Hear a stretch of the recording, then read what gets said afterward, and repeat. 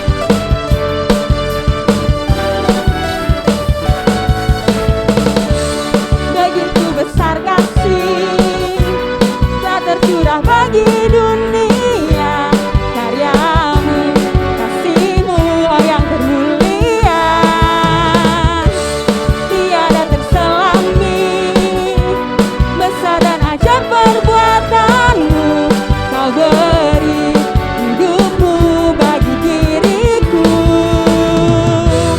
Tiada yang sepertimu, kau berkuasa selamanya, ku puji kau selalu. Hey!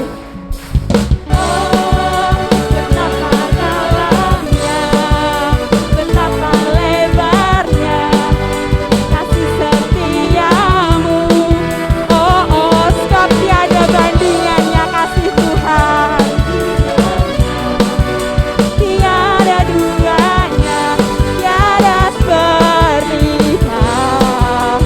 Yesus Tuhanku, anugerahmu selalu baru. Tiada berkesudahan. Oh, betapa dalamnya, amin, kasih setiamu.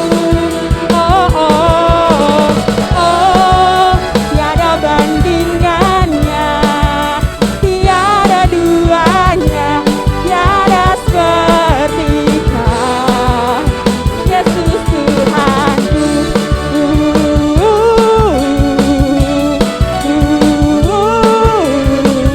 Mari kita serukan Yesus Tuhanku. Yesus Tuhanku.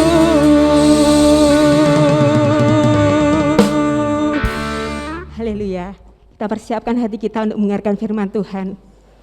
Biarlah mata kita, hati kita tertuju hanya kepada Dia.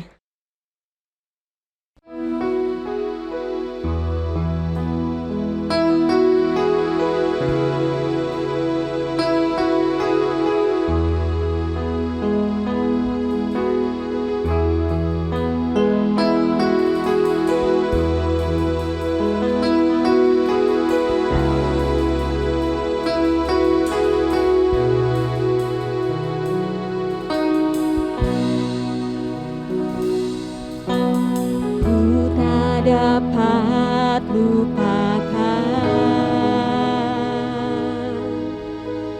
kebaikan yang ku terima.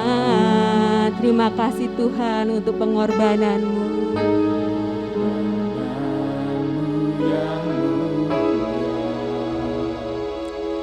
Jadikan ku berharga.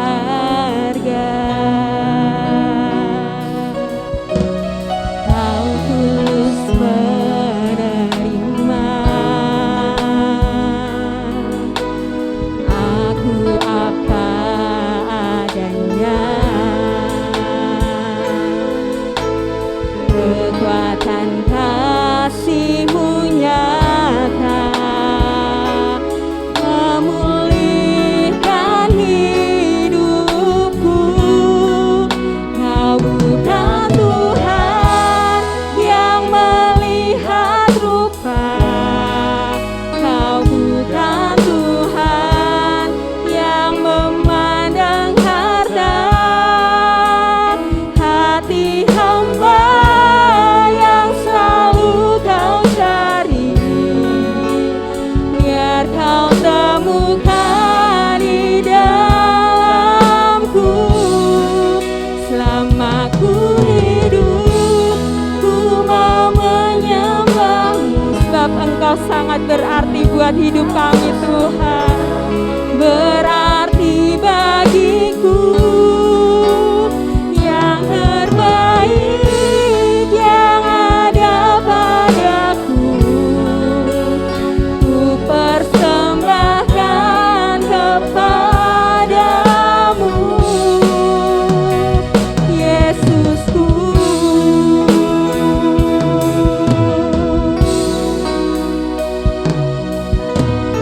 Ku tak dapat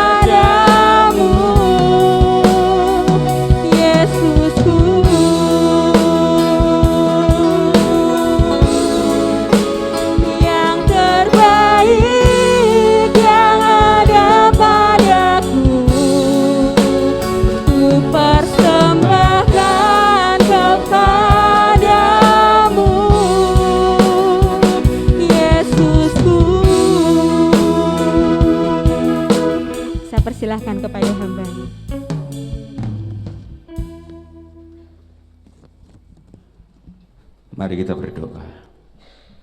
Ya Tuhan, kami sungguh menghargai pengorbanan Yesus, di mana Yesus Kristus mati disalibkan adalah untuk menyelamatkan kami orang-orang yang berdosa ini. Ya Tuhan, kami mau berusaha untuk menghargai pengorbanan-Mu dengan hidup benar di hadapan-Mu ya Tuhan.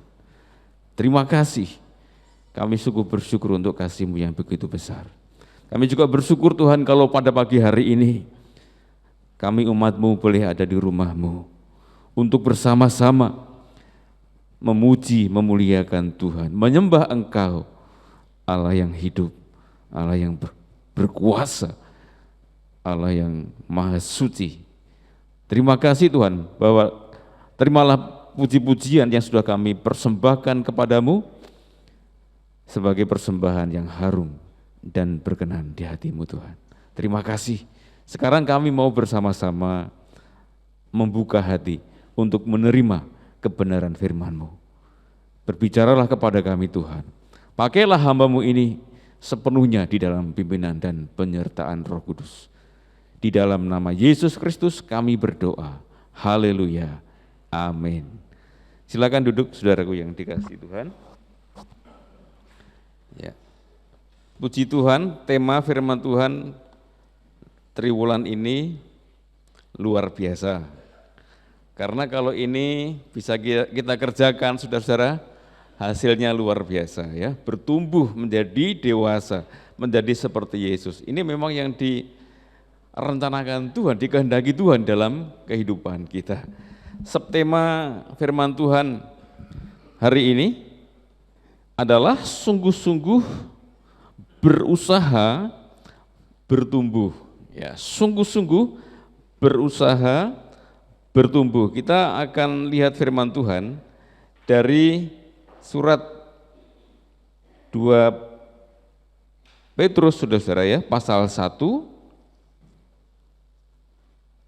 surat 2 Petrus pasal 1, ayat 3-10, namun kita tidak membaca semua.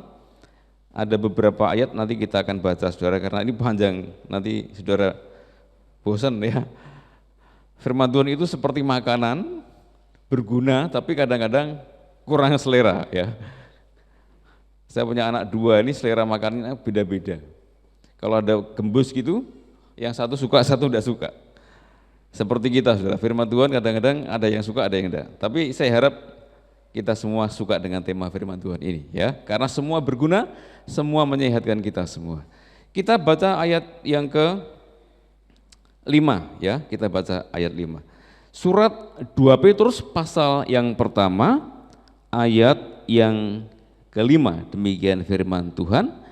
Justru karena itu kamu harus dengan sungguh-sungguh berusaha untuk menambahkan kepada imanmu kebajikan, dan kepada kebajikan pengetahuan. Dan selanjutnya ini kita sudah tahu ya, ayat ini ditambahkan ini, dan saya ingat ini sudah pernah disampaikan oleh Bapak Manurung dan sudah diekspos dengan jelas ya. Kita lihat di sini perintah firman Tuhan, justru karena itu kamu harus dengan sungguh-sungguh berusaha untuk menambahkan ya. Sungguh-sungguh berusaha untuk menambahkan. Ini berbicara tentang kesungguhan untuk bertumbuh saudara-saudara ya. Kalau kita lihat tanaman itu memang bertumbuh secara alami ya, dengan dipupuk maka itu akan membantu sekali pertumbuhan tanaman. Ya, tetapi kita dalam perkara rohani agaknya tidak bisa alamiah begitu. Ya, tidak bisa otomatis atau dengan sendirinya, tetapi harus diusahakan. Dan dikatakan di sini yang mengusahakan harus kamu, saudara. Ya, kamu, bukan orang lain. Ya, orang lain mungkin membantu, dan memang membantu, hamba-hamba Tuhan membantu pertumbuhan rohani kita. Firman Tuhan juga membantu pertumbuhan rohani kita. Penderitaan, kesukaran itu juga membantu pertumbuhan rohani kita. Namun kuncinya adalah kamu, kita masing-masing. Jadi yang menentukan kita bertumbuh atau tidak adalah kamu, ya, saudara dan saya. Kamu harus dengan sungguh-sungguh berusaha dan tidak santai, saudara-saudara. Tidak dengan seenaknya begitu ya, kemudian tumbuh menjadi dewasa. Tetapi ada kesungguhan, ada ketekunan, ada usaha yang dikerjakan dengan sungguh-sungguh semaksimal mungkin. Saudara, ini memang tidak mudah dilakukan oleh anak-anak Tuhan. Ada banyak anak-anak Tuhan yang tidak bertumbuh. Saya melihat ada anak Tuhan yang puluhan tahun menjadi orang Kristen tetapi tidak bertumbuh, masih kanak-kanak terus ya, masih minta diperhatikan terus, bukan memperhatikan, minta dilayani, bukan melayani, minta diberi, bukan memberi. Jadi tidak dewasa. Penyebabnya adalah karena tidak ada kesungguhan, tidak ada keseriusan, tidak ada kesungguhan atau berusaha begitu rupa untuk bertumbuh menjadi dewasa. Saudara, yang pertama kita perlu sadari dulu posisi kita. Nah, coba kita lihat firman Tuhan ya. Posisi kita itu yang pertama, bahwa kita ini adalah orang-orang yang hidup di dalam anugerah, saudara. Kita baca di dalam ayat yang ketiga dan keempat. Surat 1 Petrus pasal yang kedua ayat 3 dan keempat. Karena kuasa ilahinya telah menganugerahkan kepada kita segala sesuatu yang berguna untuk hidup yang saleh oleh pengenalan kita akan Dia yang telah memanggil kita oleh kuasanya yang mulia dan ajaib. Dengan jalan itu Ia telah menganugerahkan kepada kita janji-janji yang berharga dan yang sangat besar, supaya olehnya kamu boleh mengambil bagian dalam kodrat ilahi dan luput dari hawa nafsu duniawi yang membinasakan dunia. Saudara-saudara, kita menemukan dua kali kata menganugerahkan. Jadi Allah dengan kuasa ilahinya menganugerahkan, telah menganugerahkan, jadi sudah menganugerahkan kepada kita segala sesuatu yang berguna untuk hidup yang saleh. Dia menganugerahkan kepada kita, sudah menganugerahkan, berarti posisi kita saudara-saudara adalah orang-orang yang hidup di dalam anugerah Tuhan. Ini luar biasa, saudara. Pada waktu acara keluarga yang lalu, saya sampaikan bahwa Natal itu bicara anugerah. Maka ketika malaikat menyampaikan berita kepada Maria, dia mengatakan, diberkatilah engkau yang dikaruniai. Jadi kita adalah orang-orang yang sudah hidup di dalam anugerah, saudara, di dalam kemurahan Tuhan, di dalam pemberian-pemberian Tuhan. Dan luar biasanya kata yang digunakan di sini adalah dedomi. Biasanya kita menemukan kata karis, ini unik karena hanya di dalam Injil Markus dan surat Petrus, kata anugerah ini menggunakan kata didomi dalam bahasa Yunani. Dan terjemahan King James serta American Standard Version itu menggunakan kata given. Jadi dalam tafsiran MHC itu mengatakan di sana bahwa menyempurnakan, memperlengkapi kita. Jadi anugerah Tuhan itu menyempurnakan kita, memperlengkapi kita sampai kita ini lengkap begitu. Dengan tujuan supaya kita bisa hidup saleh. Ini luar biasa. Jadi potensi yang ada pada kita ini sudah luar biasa, saudara. Ini adalah menjadi dasar untuk kita bisa bertumbuh. Jadi orang yang bertumbuh itu harus hidup di dalam anugerah dulu. Tetapi puji Tuhan, kita sudah ada di dalamnya, saudara. Sudah percaya? Amin. Jadi kita sudah ada di dalam anugerah Tuhan. Ini modal, saudara. Nah, posisi yang kedua, bahwa kita adalah orang-orang beriman. Kita baca di dalam ayat 5 tadi yang sudah kita baca, Ini mengherankan karena tiba-tiba muncul kata iman di situ. Namun kalau kita baca secara kontekstual, maka kita lihat kaitan dengan ayat di atasnya. Justru karena itu kamu harus dengan sungguh-sungguh berusaha untuk menambahkan kepada imanmu, ya.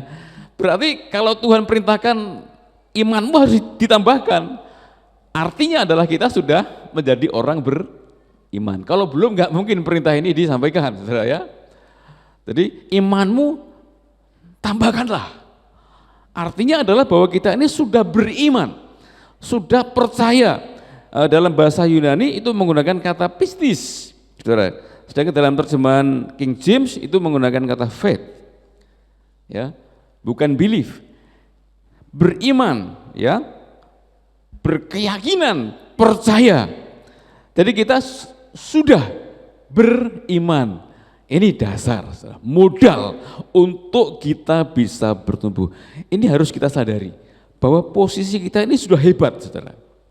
Sudah luar biasa, sudah hidup di dalam anugerah, sudah menjadi orang beriman. Kita tahu bahwa anugerah itu diberikan kepada kita melalui iman, ya. Maka ada istilah hanya oleh anugerah, sola gratia, sola fide, ya, hanya iman. Kita sudah mendapat anugerah, sudah hidup di dalam anugerah, beriman. Dan yang ketiga, posisi kita luar biasa, saudara, yaitu kita ada dalam kodrat ilahi. Ya, tadi di ayat yang keempat, ya, kita lihat ulang. Dengan jalan itu ia telah menganugerahkan kepada kita janji-janji yang berharga dan yang sangat besar, supaya olehnya kamu boleh mengambil bagian dalam kodrat ilahi. Oleh anugerah Tuhan, kita sudah mengambil kodrat ilahi, mengambil hidup dalam kodrat ilahi. Jadi dalam diri kita ini sudah ada kodrat ilahi. Kenapa? Karena Roh Kudus itu sudah dalam kita, diam di dalam kita, ya. Dan kelahiran baru itu sudah terjadi, dilahirkan oleh Roh Kudus ketika kita percaya. Ini luar biasa. Maka dijamin yang namanya hidup kekal itu adalah milik kita. Sudah ada kodrat ilahi. Ini kan potensi yang luar biasa, saudara-saudara.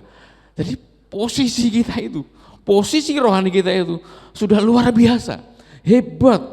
Ya, apapun kondisi saudara-saudara, mungkin perekonomian kita sulit, ya, kita orang miskin, kita orang tidak terpelajar, kita mungkin juga orang yang diberkati luar biasa, kita orang pintar, siapapun kita, saudara, menjadi hebat karena kita sudah memiliki kodrat ilahi. Ya, luar biasa ini. Jadi Theas Posius, ya, Theas Posius, Theas itu adalah keilahian, ketuhanan. Jadi sudah ada kodrat keilahian. Wah, hebat ya, seperti Tuhan kita ini. Ya, tidak begitu, saudara. Tetapi oleh anugerah saja kita dianugerahi potensi kodrat ilahi, saudara. Luar biasa, hebat sekali. Divine nature, ya. Luar biasa. Nah, ini disadari oleh kita semua, saudara. Mari kita sadari ini, oh, aku luar biasa sebenarnya. Enggak usah kecil hati, saudara. Tapi kita harus bangga dan bersyukur sekali karena sudah dalam anugerah kita menjadi orang beriman. Ingat, hanya orang yang beriman yang diselamatkan. Orang yang tidak beriman pasti akan dibinasakan. Dan kita sudah memiliki kodrat ilahi. Ini posisi kita. Sadari dulu, saudara. Renungkan. Berarti aku hebat. Punya modal yang besar untuk bisa bertumbuh, menjadi dewasa, menjadi seperti Kristus, saudara. Saya sendiri juga menyadari ini, tetapi kok rasanya juga masih harus berjuang berat. Memang firman Tuhan betul. Kita membutuhkan kesungguhan, membutuhkan usaha yang sungguh-sungguh untuk menambahkan iman kita, bertumbuh, saudara, ya. Karena apa? Allah punya tujuan atas hidup kita. Apa tujuan Tuhan?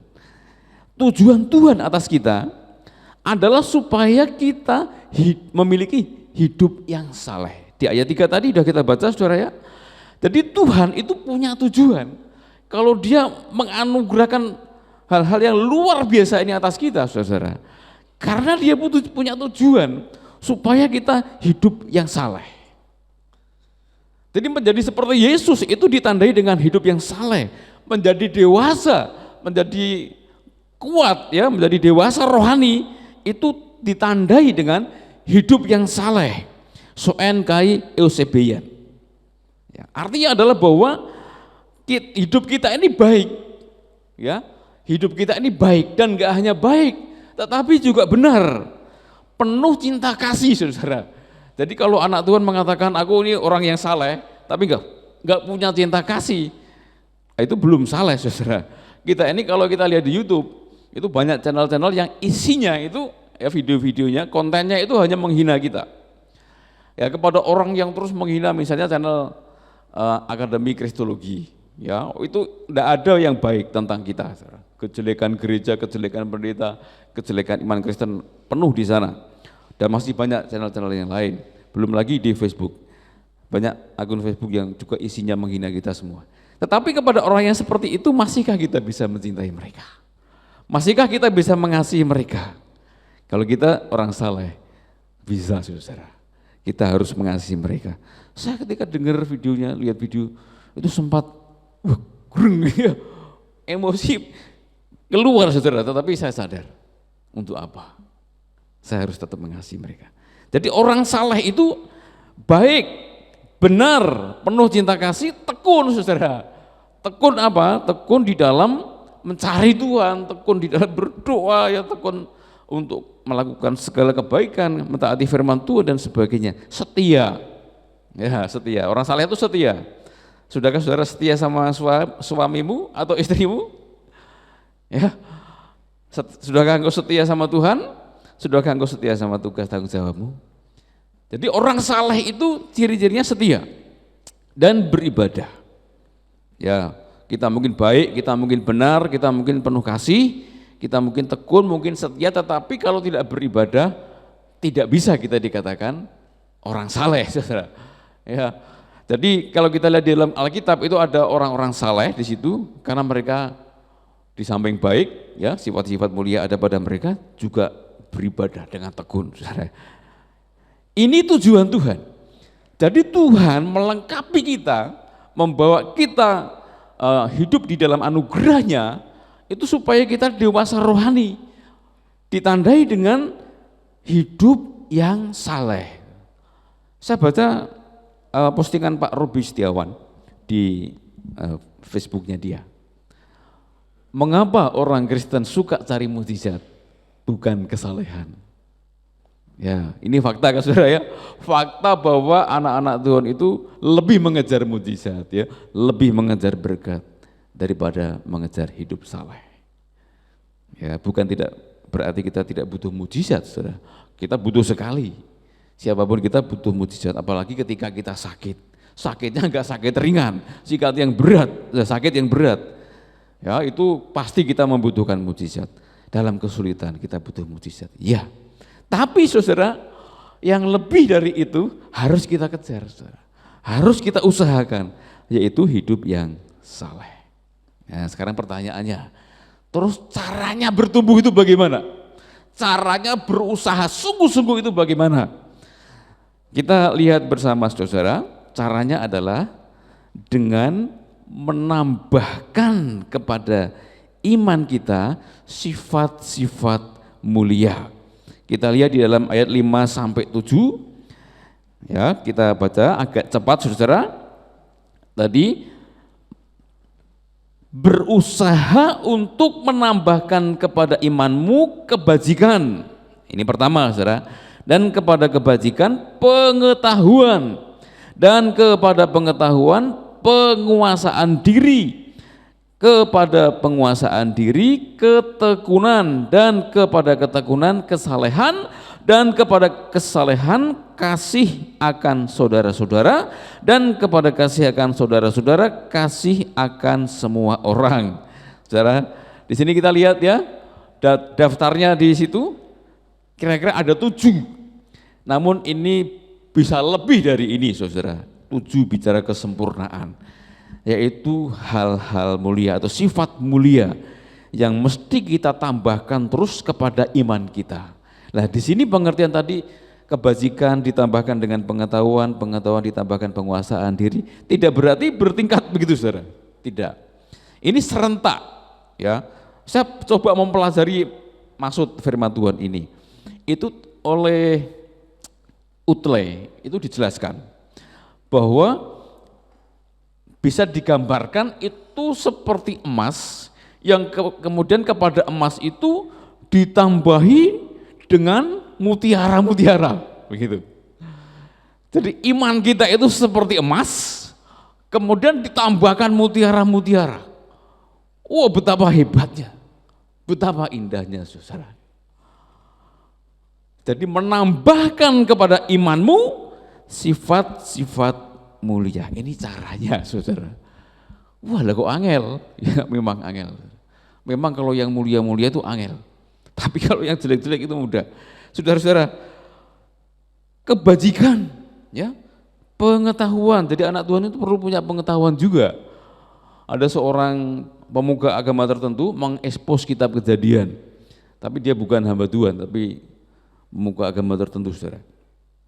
Tentang pohon pengetahuan yang baik dan jahat. Tuhan bilang, jangan kamu makan itu. Lalu dia simpulkan, makanya orang Kristen itu bodoh-bodoh katanya, saudara. Karena Tuhannya saja melarang orang makan buah pengetahuan baik dan jahat. Bodoh, nggak ada bela Kristen, nggak ada bela pendeta, nggak ada bela Tuhannya. Bodoh, saudara. Saya katakan kita tidak bodoh, tapi kita orang yang pintar dan bijaksana. Karena mau terima Yesus itu orangnya paling pintar, saudara. Sadar dirinya orang berdosa, membutuhkan keselamatan, maka menerima Kristus. Itu keputusan yang paling bijaksana dan pintar, cerdas. Orang yang menolak Yesus itulah ya orang yang bodoh, saudara. Tidak sadar dia orang berdosa dan kebinasaan telah menantinya. Jadi kita bukan orang yang bodoh, orang yang paling pintar. Tapi terus bertumbuh dalam pengetahuan, ya. Pengetahuan, kemudian penguasaan diri. Kita harus bisa mengendalikan diri, ya, emosi yang berlebih-lebihan itu harus dikendalikan. Ketekunan, ini sudah kita sering pelajari, saudara, tetapi lakoninya angel, saudara, ya. Kesalehan, kasih akan saudara-saudara, ya, kasih, mengasihi, saudara. Keluarga hancur kalau kasih itu hilang dari hati masing-masing. Kasihnya anak pada orang tua ya hilang, istri pada suami hilang, suami pada istri hilang, hancurlah keluarga itu. Gereja juga begitu. Kalau kita tidak hidup saling mengasihi, hancur juga. Demikian juga dengan sesama, saudara. Di RT kalau nggak ada kasih juga sama, hancur RT-nya, saudara. Dimanapun kita harus hidup mengasihi. Mengasihi saudara seiman dan mengasihi semua orang. Ini harus ditambahkan kepada iman kita, saudara. Ditambahkan, ini bicara tentang pertumbuhan, tidak stagnan, ya, tetapi bertumbuh. Ini kalau kita mau menjadi orang yang saleh, dewasa, seperti Kristus, tambahkan iman kita. Tidak cukup beriman, saudara. Kitab Yakobus sangat menekankan sekali bahwa imanmu itu harus dibuktikan dengan perbuatan. Kita tidak bisa berkata, aku orang beriman, aku orang yang percaya kepada Yesus, tetapi perbuatan kita penuh dengan kejahatan, penuh dengan dosa. Nah, itu tidak bisa disebut orang beriman yang dewasa, ya. Jadi kita harus menambahkan, bertumbuh, tidak cukup beriman. Saudara, kalau ini tidak kita lakukan, saudara, kita akan menjadi orang yang picik, firman Tuhan. Kita akan menjadi orang yang buta. Ayat yang ke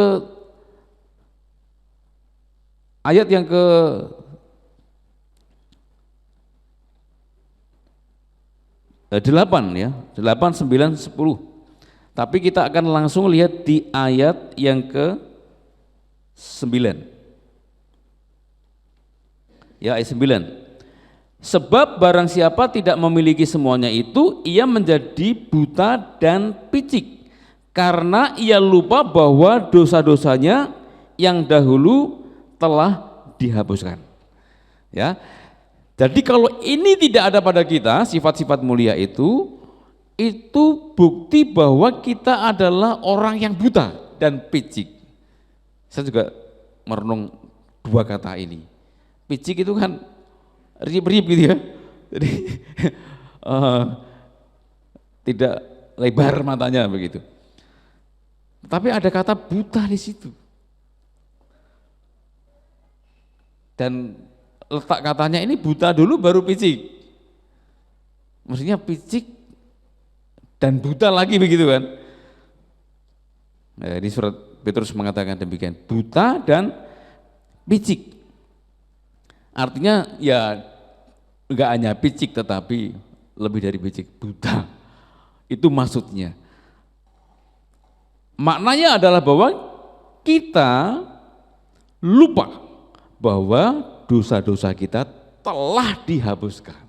Nah ini, ternyata menyadari dosaku sudah dihapuskan, sadar betul, selalu ingat betul, dosaku sudah dihapuskan, dosaku yang besar ini sudah diampuni oleh Tuhan, bahkan aku sudah ditebus, dikeluarkan dari segala dosaku, dari belenggu rantai dosaku, ya lumpur dosaku. Ini ya bukti bahwa kita buta. Jadi kalau kita lupa dosaku sudah dihapuskan, dosaku sudah diampuni, enggak bertumbuh, ya stagnan, begitu terus. Ini kita buta, saudara, lupa. Jadi ternyata ingat akan anugerah Tuhan ini. Wah, penting sekali, saudara. Penting sekali. Mengingat, menghargai pengorbanan Yesus, itu sangat penting sekali, saudara. Karena kalau begitu artinya mata kita terbuka terus. Ya, mengingat. Maka perjamuan kudus dilakukan. Ada yang gereja yang melakukan 4 bulan sekali. Bahkan ada yang seminggu sekali. Kita 1 bulan sekali. Tujuannya apa? Supaya kita tidak buta, saudara. Tidak lupa bahwa kematian Yesus itu sudah menghapuskan semua dosaku. Tidak lupa bahwa semua dosaku sudah diampuni oleh Tuhan, oleh Bapa di dalam pengorbanan Yesus. Ya. Saya kalau lihat berita-berita di TV, namanya nama dari Alkitab. Ya, nama-nama Alkitab. Tapi ditangkap polisi gara-gara pengedar narkoba, korupsi gitu. Waduh. Ini bukan sifat mulia yang ditunjukkan, tapi sifat yang hina. Buta, lupa bahwa dosanya sudah diampuni. Mari kita hargai ini, saudara kasih Tuhan ya. Kita hargai. Saya ketemu dengan seorang Kristen, nggak pernah beribadah, saudara. Saya dorong, ayo ke gereja lagi. Istriku tidak mendukung. Lu jangan tergantung istri, sahabat. Wah, orangnya bertato begitu, asli orang luar ya, luar sana, bertato Kristen. Diajak, dipengaruhi untuk pindah ke agama lain, tidak mau, tetapi di Kristen juga tidak mau beribadah. Saya bilang, kok kenapa begitu? Ayo, ini kesempatan kita beribadah sama Tuhan. Saudara, saya katakan orang seperti ini buta dan picik. Lupa dosamu sudah diampuni Tuhan. Jangan begitu. Tapi ayo bertumbuh. Ya. Ayo bertumbuh. Ya, kita baca ayat 10 ini sebagai motivasi, saudara. Ayat terakhir kita baca. Ini memotivasi kita untuk kita mau bertumbuh. Demikian firman Tuhan. Karena itu saudara-saudaraku, berusahalah sungguh-sungguh supaya panggilan dan pilihanmu makin teguh, sebab jikalau kamu melakukannya, kamu tidak akan pernah tersandung. Saudara, ada dua kata di sini, pilihanmu, panggilan dan pilihanmu. Artinya panggilan Tuhan atasmu, pilihan Tuhan atasmu, saudara. Bagaimana panggilan dan pilihan Tuhan itu makin teguh? kita harus bersungguh-sungguh bertumbuh, saudara. Ya, harus bersungguh-sungguh bertumbuh. Dari sekian miliar manusia, saudara, kita dipanggil Tuhan, kita dipilih Tuhan. Ini luar biasa, saudara. Ya, siapapun kita, kalau dipanggil Tuhan, dipilih Tuhan, menjadi luar biasa, saudara. Bahkan ketika kita bertobat, malaikat di surga itu bersorak-sorai, saudara, menyambut kita. Ini luar biasa. Tapi tidak cukup di situ. Tidak cukup kita menjadi orang yang dipanggil Tuhan. Tidak cukup kita menjadi orang yang dipilih Tuhan. Walaupun ini luar biasa. Tetapi kita harus bertumbuh. Ya, menambahkan iman kita dengan sifat-sifat mulia. Supaya panggilan dan pilihanmu itu makin teguh. Sehingga kita ketika masuk ke surga, ya, masuk kerajaan Tuhan, kita betul-betul siap, betul-betul layak, betul-betul indah, dan membawa oleh-oleh ke sana, saudara, yang bisa kita pertanggungjawabkan kepada Tuhan. Mari, melalui firman Tuhan ini, firman Tuhan mengajak kepada kita, saya mengajak kepada kita semua, ayo sungguh-sungguh kita berusaha untuk bertumbuh menjadi dewasa, menjadi orang yang saleh, sehingga kita bisa menjadi kesaksian di hadapan Tuhan, kita juga berkenan dan siap kita masuk surga. Amin. Mari kita akan angkat pujian Hati Yesus.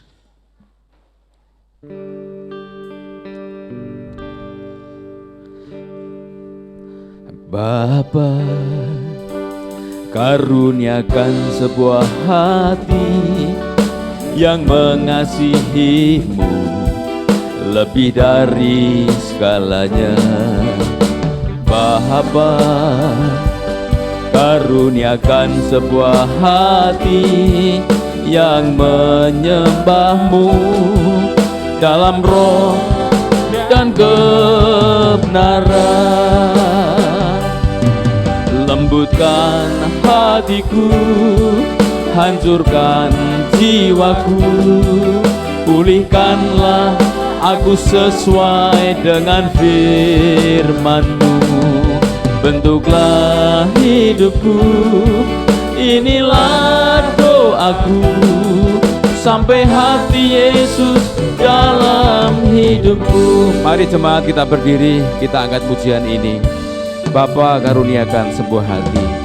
Bapa, karuniakan sebuah hati yang mengasihi-Mu lebih dari segalanya. Bapa, karuniakan sebuah hati yang menyembah-Mu dalam roh dan kebenaran. Lembutkan hatiku, hancurkan jiwaku, pulihkanlah aku sesuai dengan firman-Mu. Bentuklah hidupku, inilah doaku, sampai hati Yesus dalam hidupku. Lembutkan hatiku, hancurkan jiwaku, pulihkanlah aku sesuai dengan firman-Mu.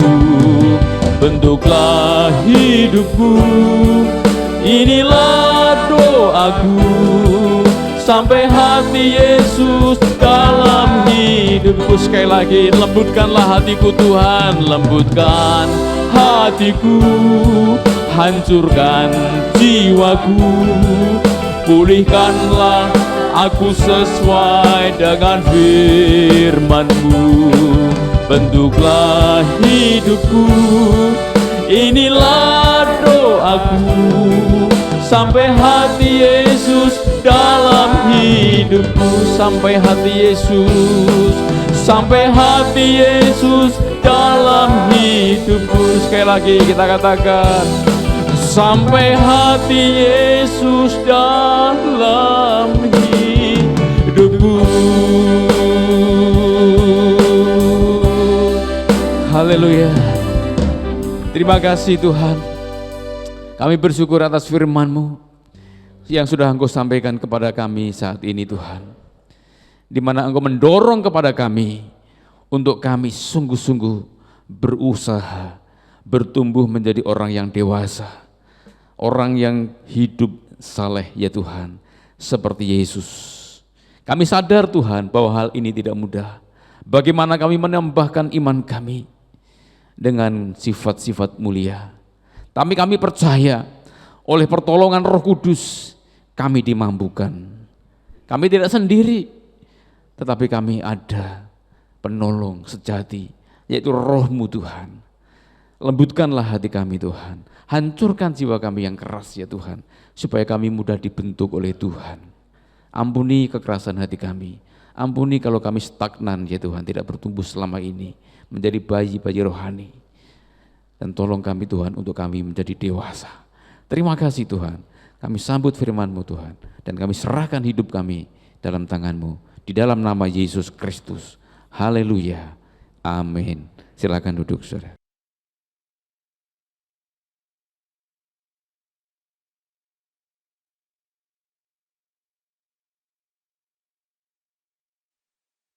Kita akan menyimak pengumuman.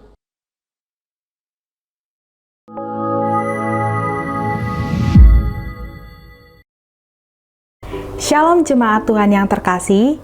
Puji Tuhan, pada hari ini kita telah mendengarkan firman Tuhan yang telah disampaikan oleh Bapak Pendeta Muda Aristarkus Suharto.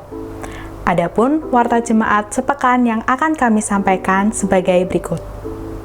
Kita akan bertemu kembali pada ibadah raya Minggu 16 Januari 2022 dengan pembicara Bapak Pendeta Hosea Editiono. Ibadah Abi akan dilaksanakan pada Minggu 16 Januari 2022 secara onsite pada pukul 7 pagi di ruang sekolah minggu GBI Hosana.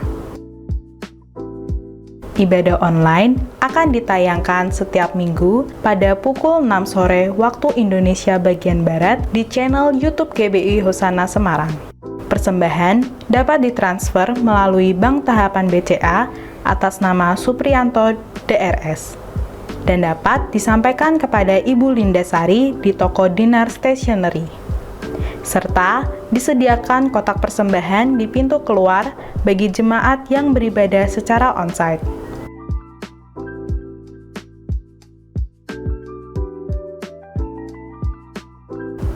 Kami menghimbau Bapak Ibu semuanya untuk tetap mematuhi dan melaksanakan protokol kesehatan saat beribadah di gereja. Dan bagi jemaat yang merasa kurang sehat, kami himbau untuk mengikuti ibadah secara online dengan serius. Demikian warta sepekan yang dapat kami sampaikan. Terima kasih atas perhatiannya. Tuhan Yesus memberkati.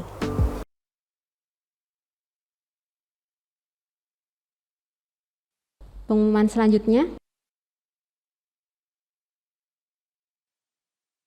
Kami selaku pengurus Komisi Kaum Pria GBI Nias mengundang saudara-saudara sekalian, baik yang sudah berumah tangga maupun yang belum berumah tangga, untuk ikut hadir dalam ibadah perdana Kaum Pria GBI Nias tahun 2022, yang dilaksanakan pada hari Jumat tanggal 14 Januari 2022 pukul 6 sore. Pengurus WBI mengundang kaum wanita untuk hadir dalam ibadah WBI pada hari Kamis tanggal 13 Januari 2022 jam 5 sore. Minggu tanggal 16 Januari 2022 selesai ibadah akan diadakan rapat pembubaran panitia Natal dan pleno. Diharap panitia untuk mempersiapkan diri. Demikian pengumuman, saya persilahkan pada Bapak Gembala untuk doa berkat dan penutup.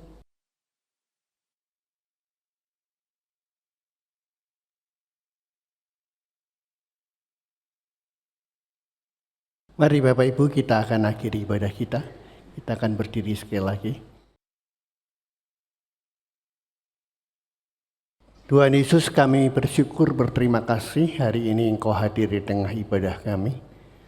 Kami bersyukur untuk ibadah yang telah Tuhan berkati dari awal sampai dengan akhir. Sungguh Tuhan, kami selalu dihimbau, bahkan dimotivasi untuk sungguh-sungguh bertumbuh di dalam Engkau. Tidak bisa kami hanya percaya kepadamu, tidak bisa kami hanya duduk diam tanpa berbuat apa-apa. Sebab Engkau adalah Allah yang hidup, Allah yang bergerak. Karena itu pakai setiap kami menjadi alat kemuliaan nama Tuhan, siapapun kami. Engkau Allah yang teramat baik buat kami. Berkati hamba-Mu Pak Arto yang sudah memberkati kami lewat firman Tuhan pagi ini. Dan kami mau bertumbuh dan terus bertumbuh sampai Tuhan datang. Berkati setiap kami yang sudah hadir pagi ini, yang datang dengan segala beban, Tuhan berikan kelepasan. Yang datang dengan kelemahan, Tuhan berikan kekuatan. Yang tidak ada jalan, Tuhan buka jalan buat kehidupan jemaat-Mu. Karena di dalam Tuhan selalu ada jalan. Berkati bangsa dan negara kami Indonesia. Kami rindu bangsa Indonesia, Tuhan. Kemuliaan Tuhan dinyatakan di atas semua suku-suku bangsa. Kami terus berdoa bersyafaat buat bangsa kami. Kiranya belas kasihan Tuhan akan menghentikan virus COVID-19. Kami sangat yakin dan percaya Allah yang kami sembah di dalam Yesus adalah Tuhan yang lebih besar dari COVID-19. Sehingga Indonesia terbebas dari COVID. Terima kasih Tuhan, sekarang Bapak Ibu angkatlah kedua tanganmu. Pulanglah dalam kasih damai sejahtera. Kasih Allah Bapa, pengorbanan Yesus Kristus Tuhan di Golgota membuat kita diselamatkan dan menjadi ahli-ahli waris surga di dalam dimensi waktu tanpa batas. Dan persekutuan yang intim melalui Roh-Nya yang kudus terus menyertai memberkati engkau. Dimanapun engkau berada, segenap aktivitas usaha pekerjaanmu disertai Tuhan dan dibuat Tuhan berhasil. Tuhan memberkati engkau dan melindungi engkau. Tuhan menyinari engkau dengan kasih karunia-Nya. Dan hari ini Tuhan menghadapkan wajah-Nya kepadamu untuk memberikan damai sejahtera Allah hari ini, esok, sampai Maranatha, Yesus datang kembali. Yang percaya di dalam Yesus berkata, Amin.